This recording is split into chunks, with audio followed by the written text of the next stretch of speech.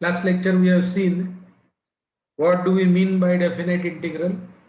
It is limit of sum, and if it exists then we said that it is called definite integral. We understood the definition. It is addition of the rectangles, and number of rectangles are supposed to be taken to infinity, and width of every rectangle is supposed to be approaching 0. That gives you correct area under the curve. That is what is integration. Then we have solved some problems using limit of sum and found out the numerical values of area under the curve. Then we discussed the first type of improper integral, because in the definition of a definite integral we assume the function to be good, that means continuous between the boundaries a and b, inclusive of a and b, etc. And therefore the definition was done using these constraints. So if every time these constraints are not satisfied, then how do we go about it? And we have said type 1 integral a to plus infinity f of x dx. We deal this as limit x tends to plus infinity integral a to x f of x dx. We do this for this.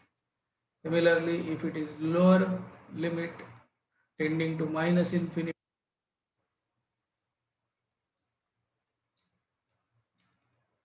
limit x tends to minus infinity integral x to b f of x dx. And the third was minus infinity to plus infinity f of x dx. So we choose any point in between. Limit x tends to minus infinity from x to a f of x dx plus limit, say y tends to plus infinity integral a to y f of x dx. We break it into parts. Integration is summation, so we break them into two parts and solve this. So theoretically what we are doing, however practically we can use fundamental theorem of integral calculus and get the answer quickly. So that is all about the type 1 of improper integrals. Then type 2, type 1 basically had conditions on the limits. Okay. Now type 2 will have conditions on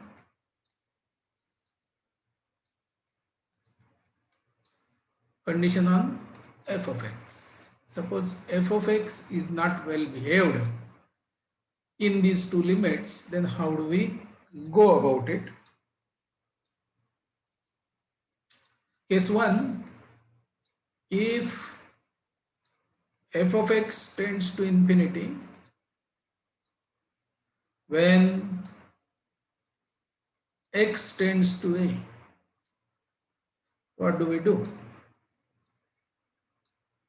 Maybe I ask you, what should we do? If f of x tends to infinity, if x tends to a, how will you get out of this situation and still you evaluate this definite integral and legally correct, following all the rules? What should be your idea? Okay, again it is a kind of bypass by staying within the boundaries of the rules that we have established. Now a is tending to x is tending to a, at that time f of x tends to plus infinity. Therefore This integral I would like to write it as limit delta tends to 0. Integral a plus delta to b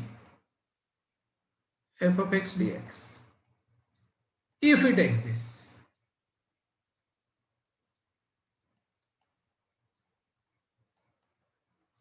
Not necessarily every time you will be able to evaluate this and get a good number, finite number.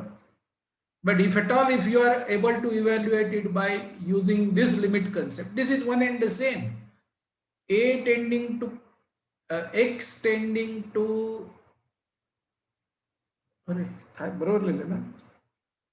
x tending to a, x is more. Let me draw picture at a, or maybe this is say a is equal to 0. It starts like this, something like this, and this is b. Okay, suppose a is 0. I mean, if a is 0, then we will be able to quickly write down a function like this. But suppose this is a, then at a it is asymptotic, the function. This is f of x. So what I am trying to do is I am adding some delta to it, where I will be able to find out the point on the curve. At a is equal to say 0, I am not able to find out. But at a is equal to something positive number which is not equal to 0, I will be able to find out. So that is the arrangement which I am doing here.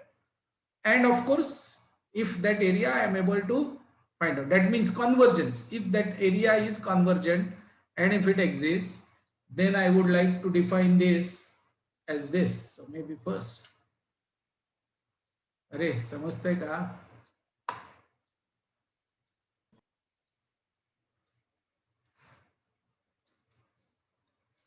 Second type, same, integral a to b f of x dx if f of x tends to plus infinity when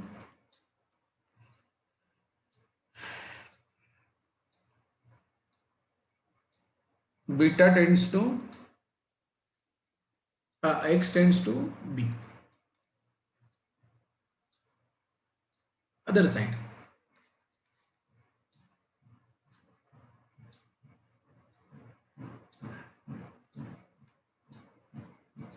something like this. So write down. And maybe the third case, integral a to b f of x dx if for a less than c less than b f of c tends to infinity.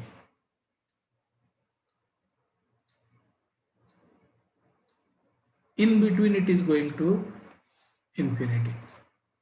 So suppose this is a, this is c, this is b,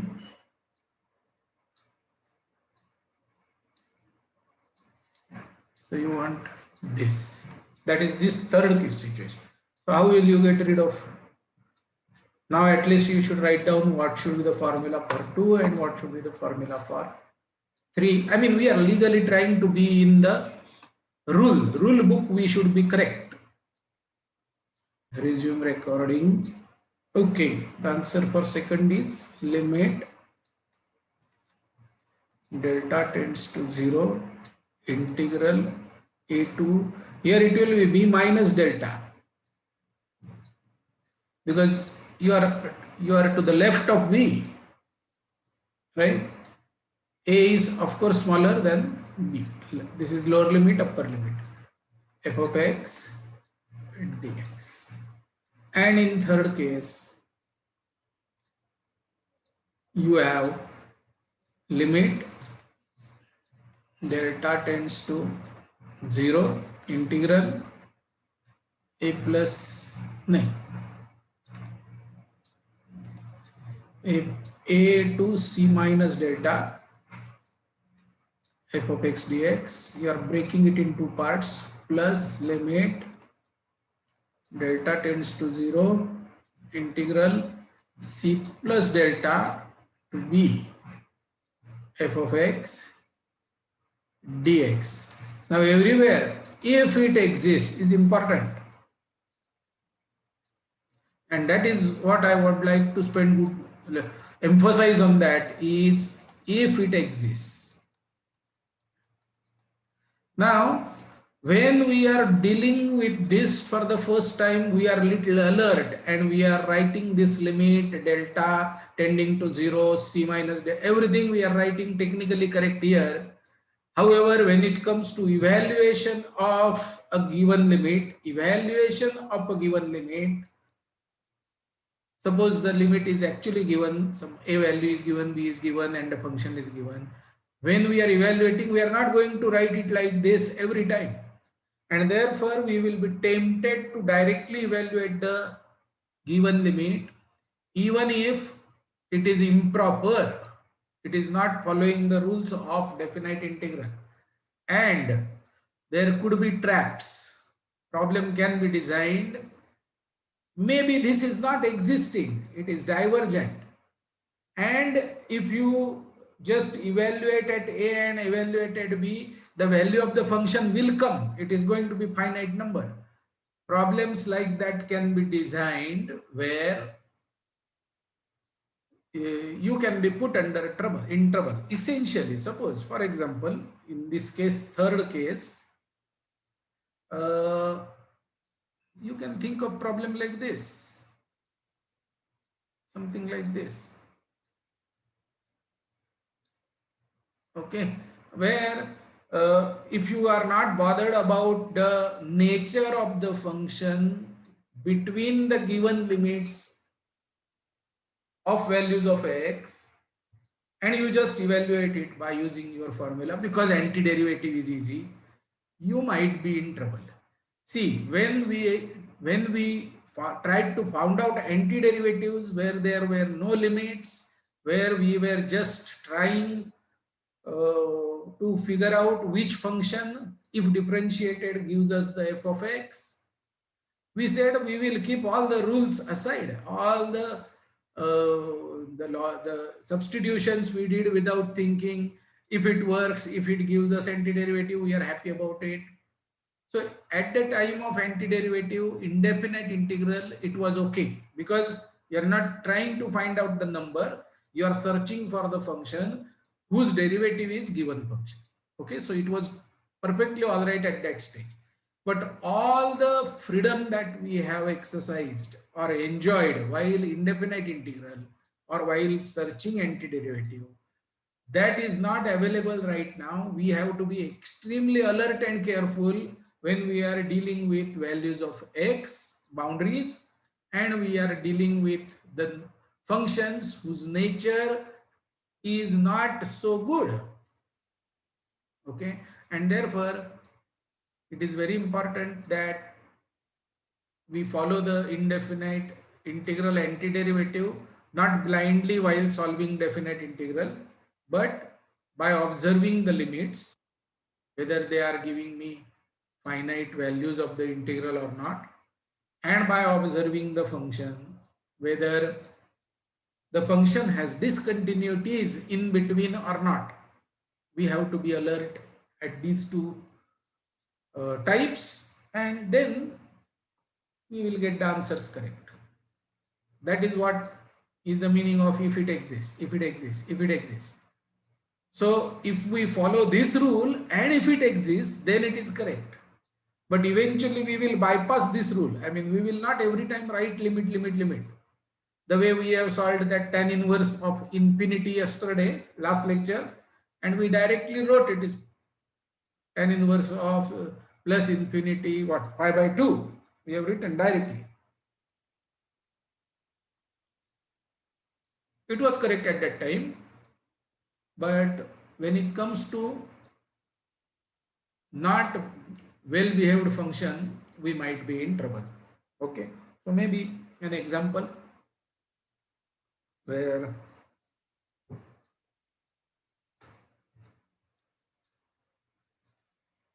Let me change the color. Integral 0 to pi by 2 sin x divided by radical 1 minus cos x dx. So now, because this is first example, you write down everything. Just don't use a shortcut to find out the answer. Okay. So as far as this function is sin x upon radical 1 minus cos x is not x is equal to 0, because cos 0 is 1, 1 minus 1 is 0, and you get 0 in the denominator. So you need to do something about it, and I think we have discussed what to do for the lower limit. So you can do that. That is first problem in this problem. The second problem is finding out antiderivative. That is what we practiced in indefinite integral. So the answer for this is, systematically if you want to write, then limit delta tends to 0, integral 0 plus delta 2 pi by 2 sin x upon radical 1 minus cos x dx, which is equal to limit delta tends to 0. Now, can I evaluate this? Can I evaluate this? And the answer is 2 times radical minus cos x to be evaluated between pi by 2 and 0 plus delta. Okay, so if I put those limits inside, then what will I get? What will I get? If I put cos pi by 2, 2 radical cos pi by 2 is 0, so 2 minus 2 radical 1 minus cos 0 plus delta, right? And now you are supposed to operate this limit. So if delta tends to 0, cos 0 is 1, this becomes 0 and this disappears, and this is independent, this is constant, therefore the answer is okay. So maybe you can eliminate these two steps and maybe writing this limit, and directly you can find out. Okay, now let me put you in trouble. This was easy. Any doubts, difficulties in this?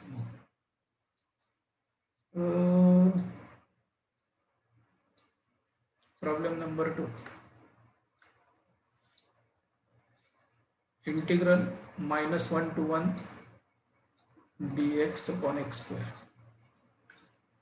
Chalo, find out.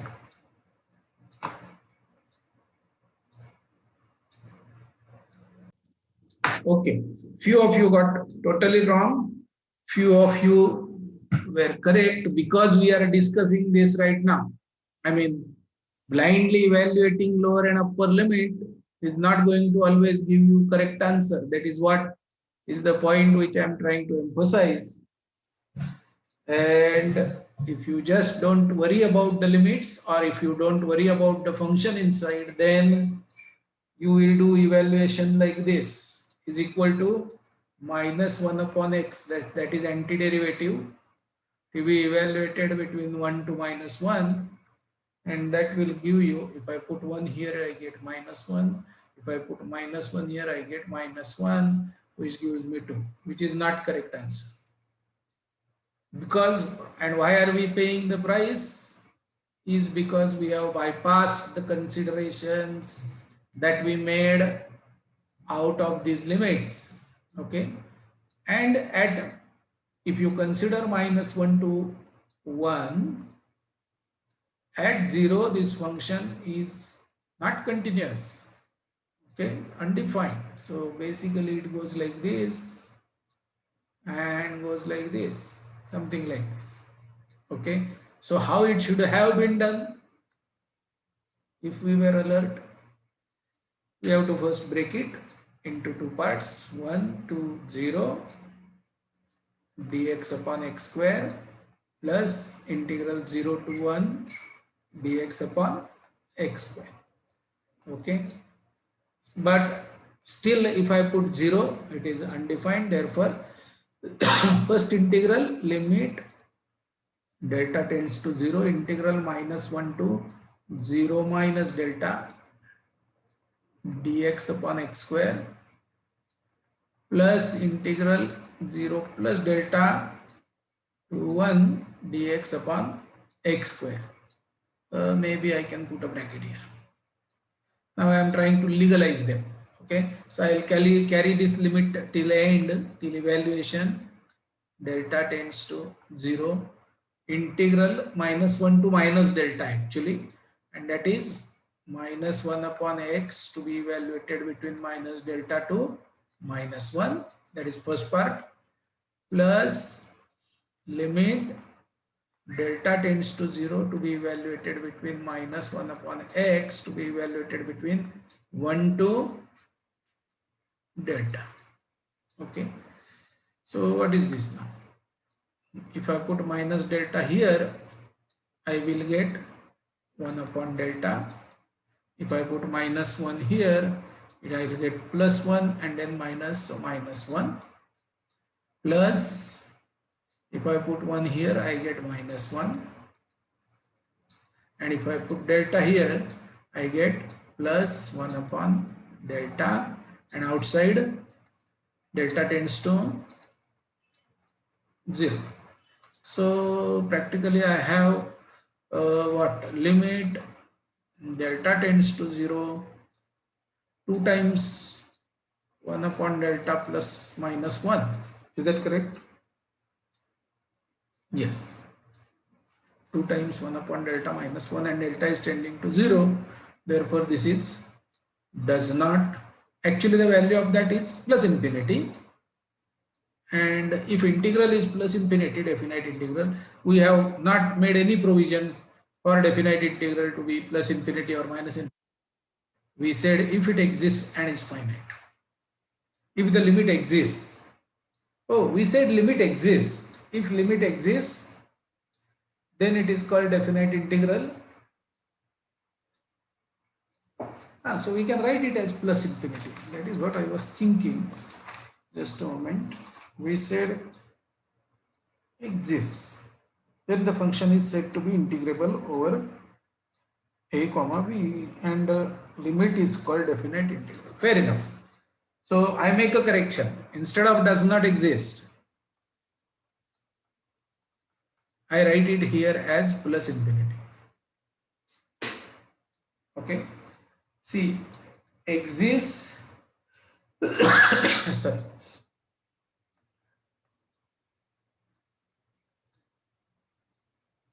And finite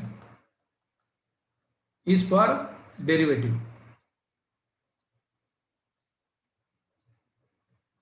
And exists only exists, not finite. Even if it is infinite, we will report that that definite integral is having value plus infinity or minus infinity. So if only thing is that limit must exist. So here limit is existing and it is plus infinity. Therefore the answer is plus infinity. Okay. So I said those who have written does not exist or infinity undefined. I said that answer is correct, but that is not. You have to report the answer as plus infinity. This definite integral. So area under the curve is plus infinity. Here. Right? Okay. Okay, let me give you some little involved problem now.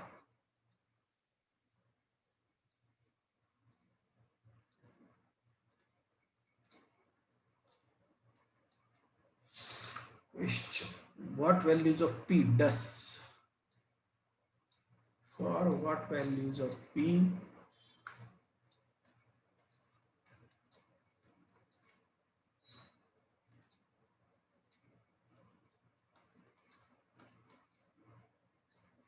does integral 0 to 1 dx upon x raised to p converges.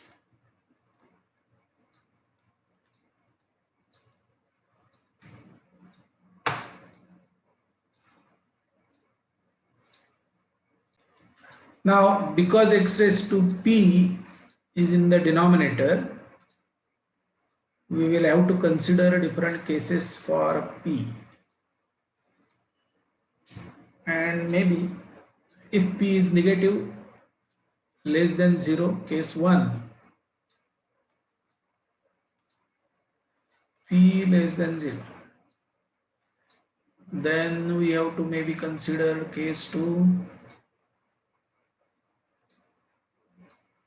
If p becomes 0 also is easy, therefore p is less than or equal to 0. Case 2, 0 less than p and less than 1.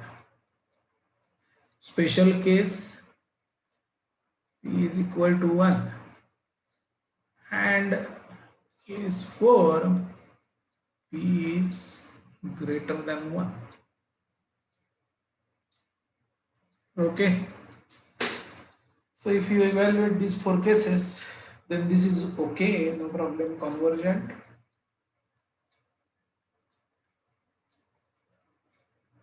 Between this 0 to 1 is also convergent.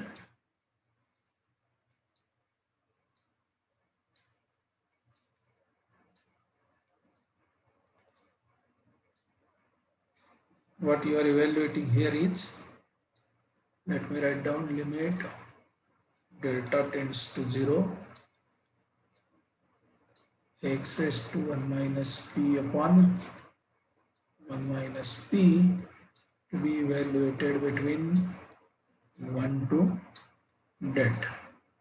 You get it, 1 upon 1 minus p, and hence it is convergent. At p is equal to 1, you get log x to be evaluated, and hence log x evaluated at 1 is 0 and log x evaluated at practically 0 is minus infinity, but that is minus, so minus minus, so this tends to plus infinity, divergent. Okay, I hope you have understood this even if I have done it orally. And for p greater than 1, you get x raised to 1 minus p upon 1 minus p, and p is greater than 1, therefore this also will tend to plus infinity. Okay, and therefore answer for this is, if p is strictly less than 1, then any doubt, difficulty before I give the next 4? Integral minus 2 to 2 dx upon radical 4 minus x square.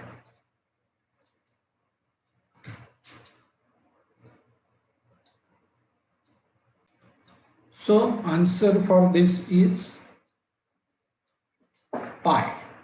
We have to break it into parts, minus 2 to 0 and 0 to plus 2, and then still it is improper. Using the rules, evaluate I1 and I2 separately, you will get both the answers, pi by 2 plus pi by 2, and hence total answer is pi. Okay. ठीक. So now let us practice a bit of solving definite integral, just general problems, and then we will study the properties of definite integral. Evaluate. Now shall we start writing numbers as examples? Maybe this is 4th, 5th.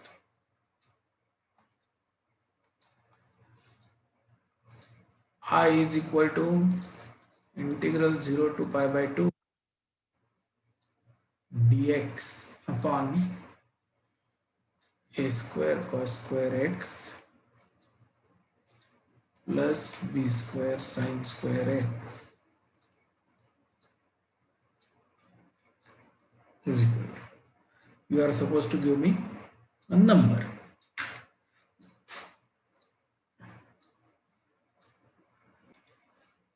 Quickly let me write down the solution so that every integral 0 to pi by 2, you write it in terms of sec square x. Take out cos square x common from the denominator, you get a square plus b square tan square. Then put b tan x is equal to t.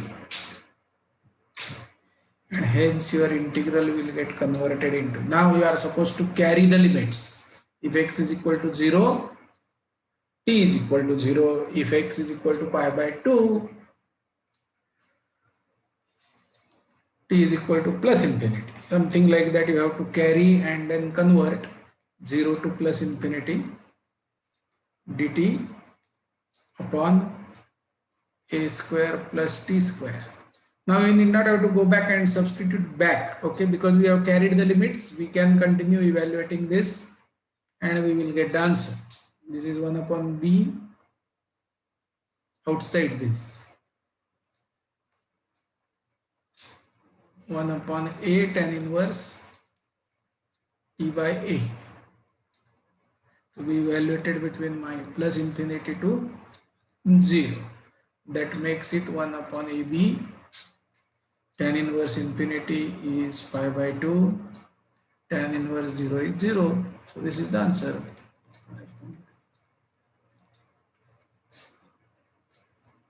Question 6. I is equal to integral alpha to beta radical x minus alpha upon beta minus x dx. Do it, but I don't know. I will give you a substitution and you can try with that also if you are not doing it that way. Put x is equal to alpha cos square theta plus beta sin square theta. Check with this. Is it becoming easy or difficult? I am sure you must have solved by some other method.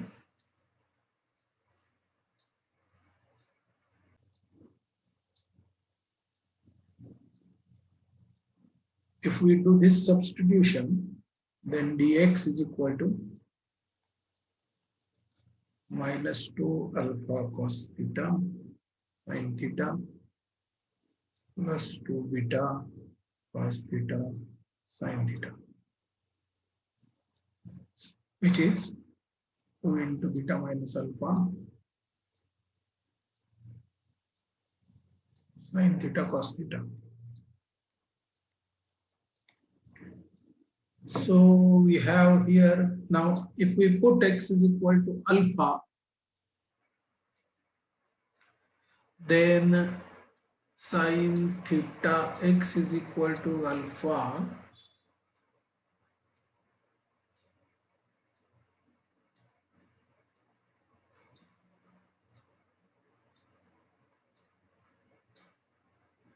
for theta is equal to 0.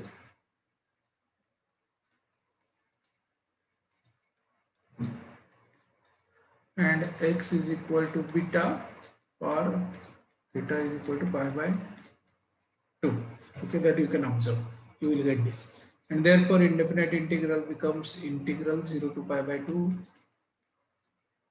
sin theta upon cos theta into 2 times beta minus alpha sin theta cos theta d theta.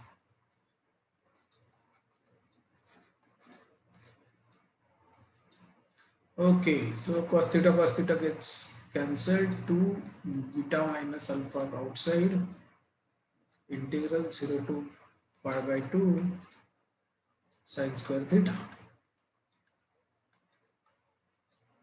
which is equal to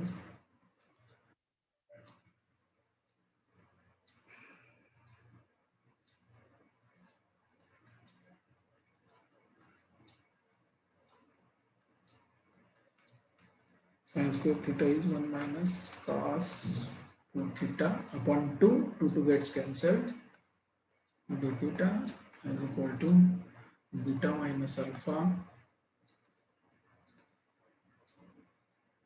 to be evaluated as minus sine 2 theta upon 2 to be evaluated between 0 to pi by.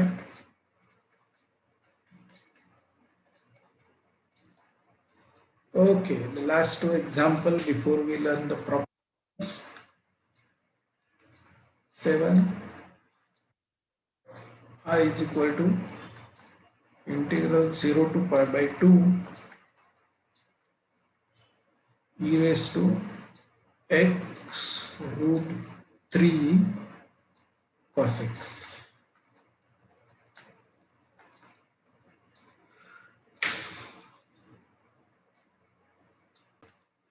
The answer is, this is a standard antiderivative which we have already learned, where a is root 3 and b is 1. Therefore answer is 1 upon 4 e raised to root 3 pi by 2 minus root 3 by 4. Okay, so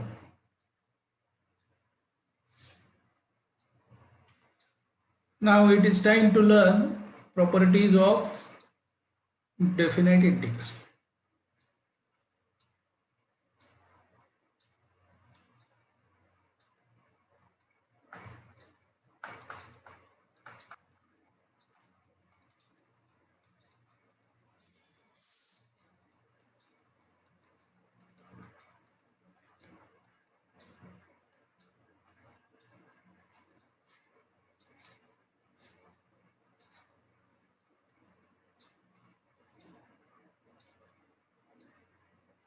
Integral a to a f of x dx is equal to 0. Now I will write couple of proofs and I will ask you to write few more proofs. Proof.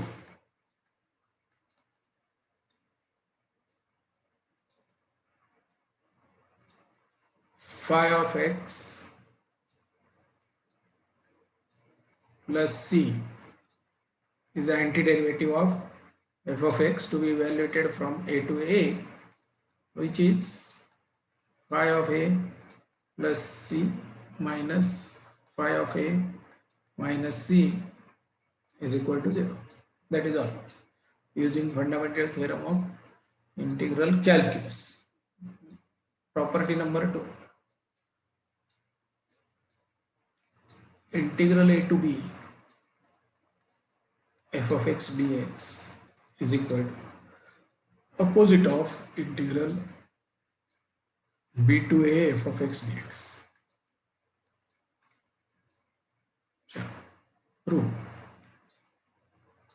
Now you may write the proof of this.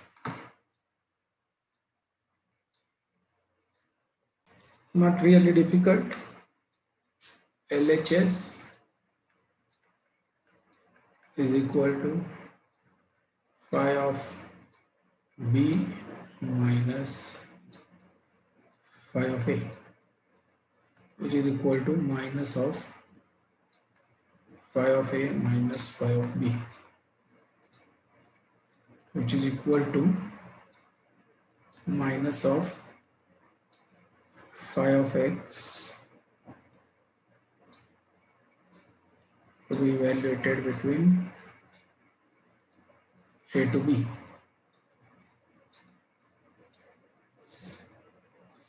Correct? Which is equal to minus of integral b to a f of x dx. Property number 3.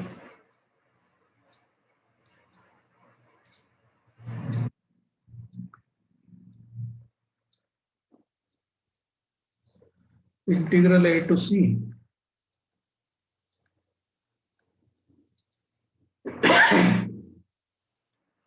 plus integral c to b is equal to integral a to b f of x dx.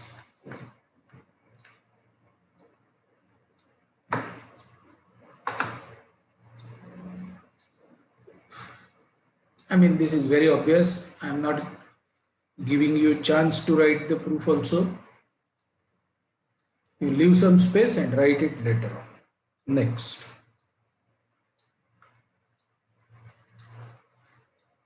Property number 4. Integral a to b f of t dt equal to integral a to b f of x dx. Maybe this is important. I'm just changing the variable. Instead of x, writing t. Then both these numbers are going to be exactly same. So far f is same, limits a and b are same, the numbers are going to be. I give you a couple of minutes to think about it. Okay, so simple substitution is x is equal to t and you get it. Next property is important. Majority of the problems on definite integral in IIT exam are based on these properties and their application. Integral a to b or integral 0 to a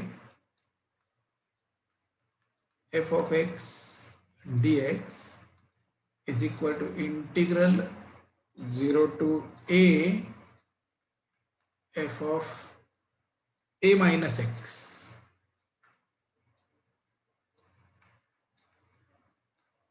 dx. Very important. Prove it.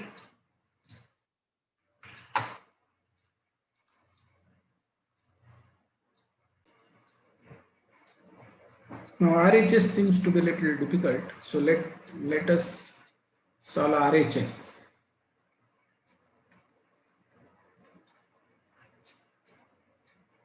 Put a minus x is equal to t. So if a minus x is equal to t, a is constant, so minus dx is equal to dt. If x is equal to 0, t is equal to a, and if x is equal to a, t is equal to 0. So what do we get RHS as? Integral when x is 0, t is equal to a, when x is a, t is equal to 0, f of t, instead of dx we get minus dt. So I think we have proved rule number 2.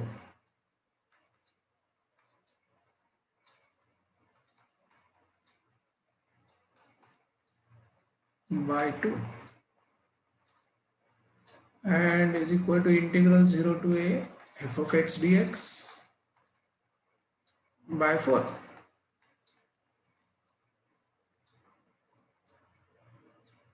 So okay. Easy.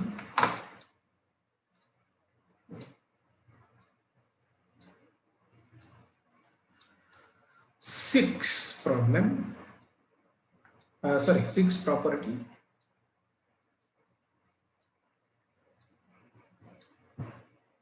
Now what is corollary here?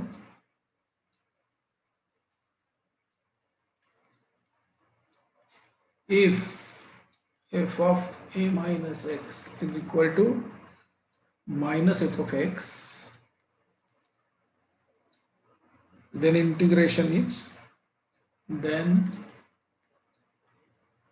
integral 0 to a f of x dx will be equal to 0.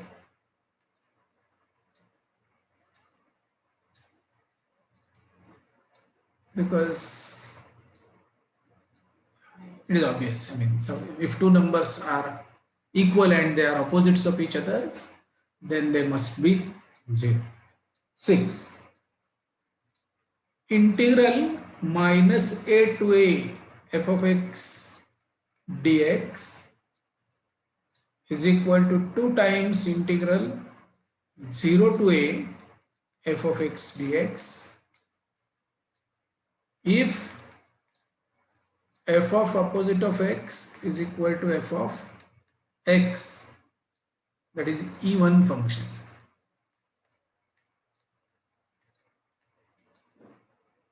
Are equal to 0 if f of x is equal to opposite of f of opposite of x, odd function.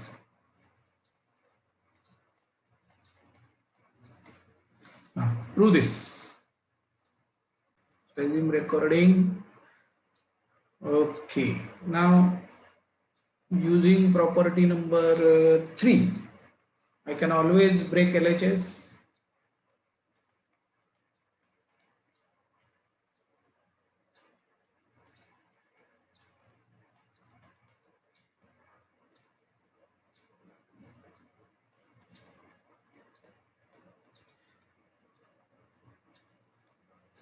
Correct.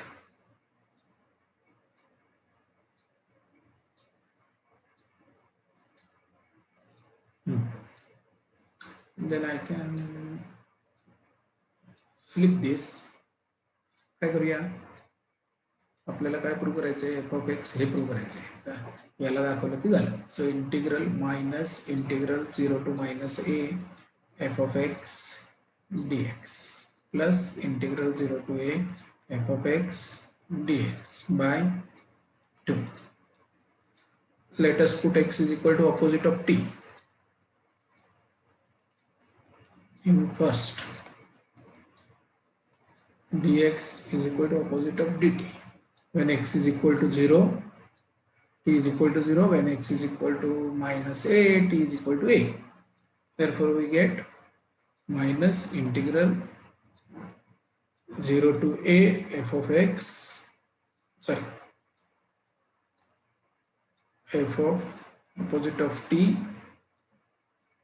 minus dt. So minus minus plus dt. Right. So if f of opposite of t, this is first plus second as it is. If f of opposite of t is equal to f of t, that is even, then it becomes 2 times. And if f of opposite of t is opposite of f of t, then they get cancelled out. That was it. Proof. Okay. Okay, I just wanted to show you the geometric interpretation of the previous one. Fifth one, f of x from 0 to a, that means suppose this is 0, this is a, and the graph is like this. Suppose this is your function from 0 to a, then how will a minus x look like? So first of all, if this is your function, then if we are integrating, that means we are interested in this blue area. How will f a minus x look like? So a minus, if x is equal to say 1 and a is equal to 5, then a minus x is 4. So f would look at 1 like f of 4 when it is a minus x. So the graph would become like this.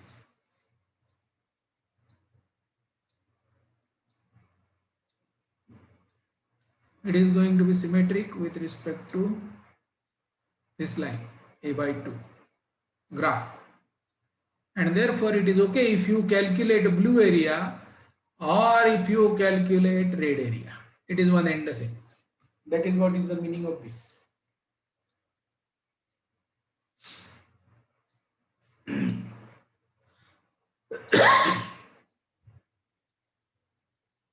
समझ लें? Okay. Now the seventh property.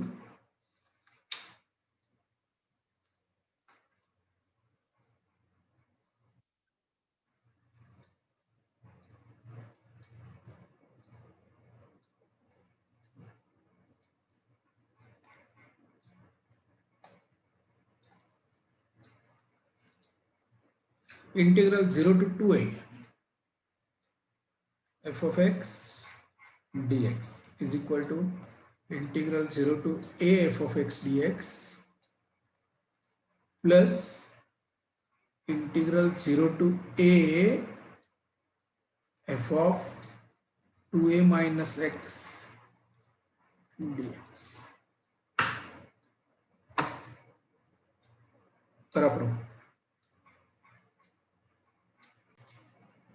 Okay, let us start with LHS.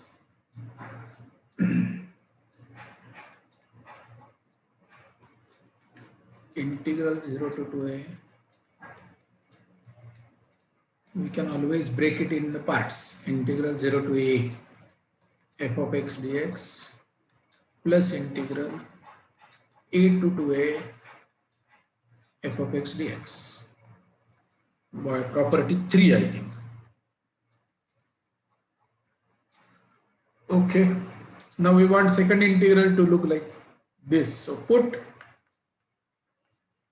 x is equal to 2a minus t. This implies dx is equal to minus dt. When x is equal to a, t is equal to a.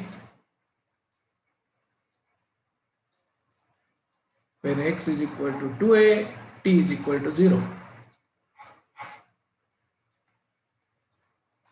Therefore, second integral, I am dealing with second integral only now. Therefore, second integral becomes integral a to 0 f of 2a minus t minus dt. And if I absorb this minus sign, I get 0 to a f of 2a minus t dt. And if I replace t by x, I get RHS. Okay, so these are some important. One more property is there.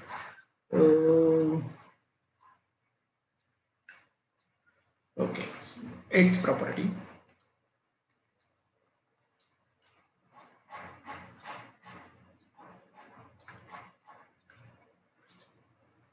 Integral a to b f of x dx is equal to integral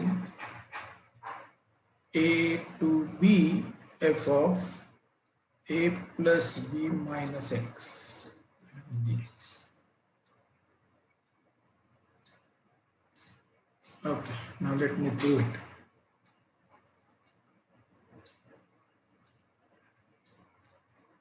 Put x is equal to a plus b minus t.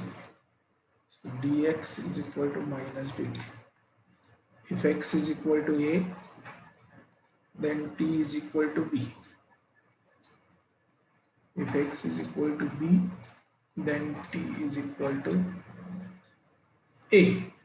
Therefore, RHS becomes integral b to a f of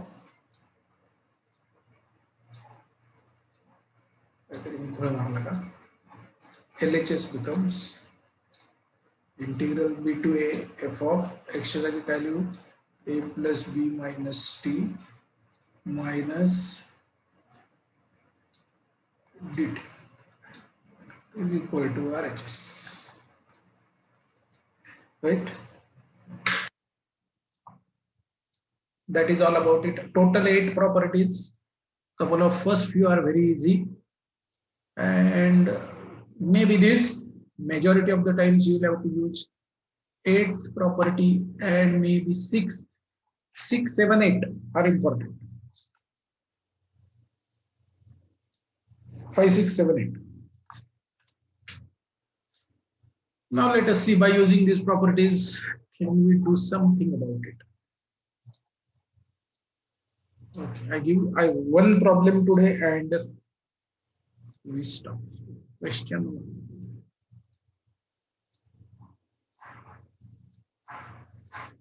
1. Example 1 on properties.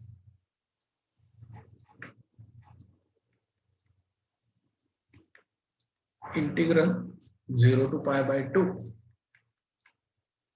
root of sin x upon root of sin x plus root of cos x dx. Okay, try your luck. Now this problem, if we go antiderivative way, then I think we are going to struggle forever. We might not be able to get the antiderivative. However, because it is definite integral, we can always use properties of trigonometry. I is equal to this, which will be equal to integral 0 to pi by 2 radical sine pi by 2 minus x, property number 5, divided by radical, sine pi by 2 minus x plus radical cos pi by 2 minus x dx by 5. Therefore, this is equal to integral 0 to pi by 2 radical cos x divided by radical cos x plus radical sin x. So I is equal to numerator sin x, radical sin x, numerator cos x. It is same. So I add them. So 2i is equal to integral 0 to pi by 2 root sin x plus root cos x divided by root sin x plus root cos x, which suddenly comes down to 0 to pi by 2 dx, which is x to be evaluated from pi by 2 to 0. Now here, why we are not taking constant of integration? Because we are going to get cancelled every time. Otherwise, when you are taking antiderivative, you are supposed to write c, but the same c both the places will get cancelled. So 2i is equal to pi by 2 minus 0. Therefore, I pi by 4. It is extremely difficult to find out antiderivative of this function. However, it is extremely easy to find out definite integral of this integral using properties of definite. So it's a bypass. We are not entering into finding out antiderivative and evaluating the integral. We know some properties, we know properties of trigonometric functions, use them and deal with it. Okay. So theory, I think as far as definite integral is concerned, theory is done. We solve some problems next lecture. So I have sent you on WhatsApp plan of this year up to end of May. We will have 2 more lectures on definite integral this week. Next Monday we will have pending work, differential calculus and indefinite integral. I should stop recording.